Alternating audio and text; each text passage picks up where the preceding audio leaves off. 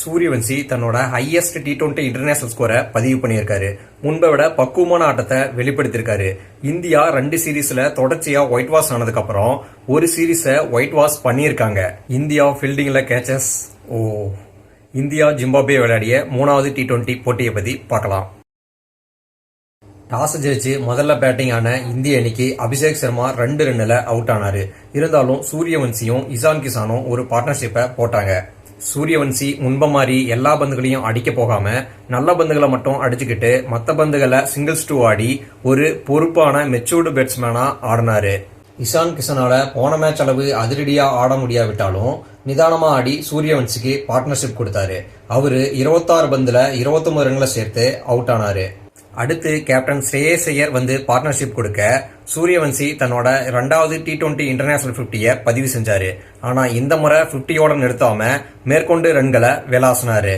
48 பந்துல 81 ரன்கள் அடிச்சு இந்திய அணிக்கு நல்ல பேஸ் மட்டும் அமைச்சு கொடுத்திருந்த சூரியவன்சி மேற்கொண்டு ரன்கள் அடிக்க ரிஸ்க் எடுக்கவே கேட்ச் ஆகி அவுட் ஆனாரு.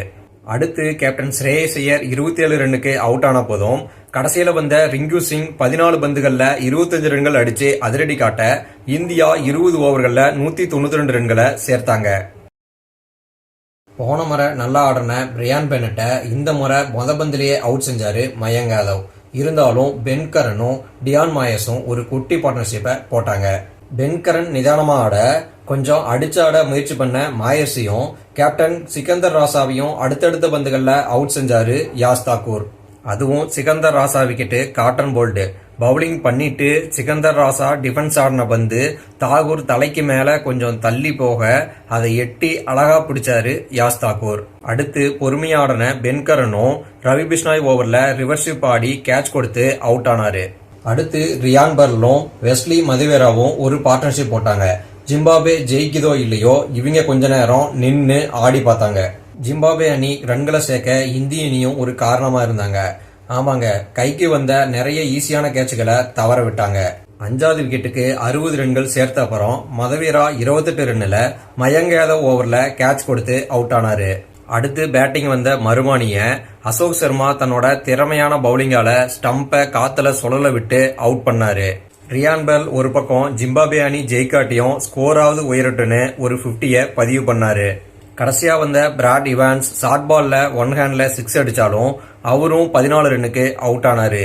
இந்தியா 4-5 கேட்சுகளை விட்டாலும் ஜிம்பாப்வேவால 20 ஓவர்ல 157 ரன்களை மட்டுமே அடிக்க முடிஞ்சது.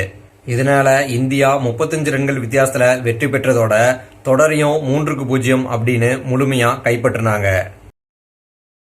முக்கியமா வைபவ் சூரியவன்சிக்கு ஆட்டநாயகன் விருது வழங்கப்பட்டது. இது சூரியவன்சிக்கு முதல் T20 இன்டர்நேஷனல் ஆட்டநாயகன் விருது அப்படிங்கிறது குறிப்பிடத்தக்கது.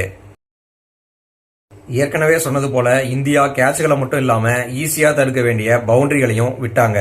இந்தியா கண்டிப்பா ஃபீல்டிங் இம்ப்ரூவ் பண்ணியே ஆகணும். பெரிய அணியோட விளையாடும் போதும் T20 வேர்ல்டு கப்ல விளையாடும் போதும் நல்ல ஃபீல்டிங் கண்டிப்பா தேவைப்படும்.